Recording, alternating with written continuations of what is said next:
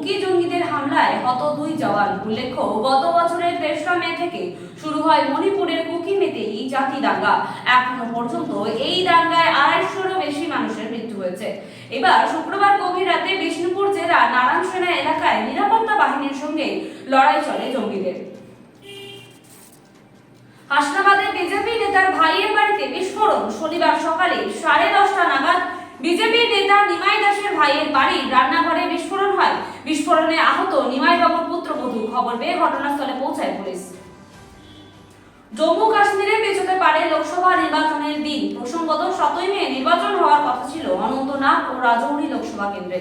নির্বাচনের আগে বেশ অশান্ত উপত্যকা, এছাড়াও বেহাল দশা রাস্তাঘাটের। তাই ভোট পেছানোর আর্জি জানিয়েছিল একাধিক রাজনৈতিক দল।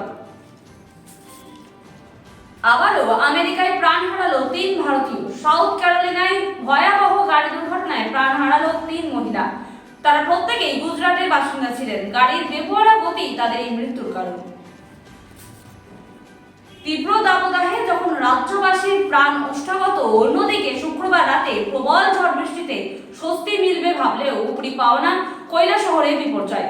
ঝড়ের দাপটে গাছ উল্টে যায়, শিলাবৃষ্টিতে ব্যাপক ক্ষতিগ্রস্ত কৈলাসহর মহকুমার মানুষজন। এখন এই পর্যন্ত ফিরে আসছি পরবর্তী খবর নিয়ে।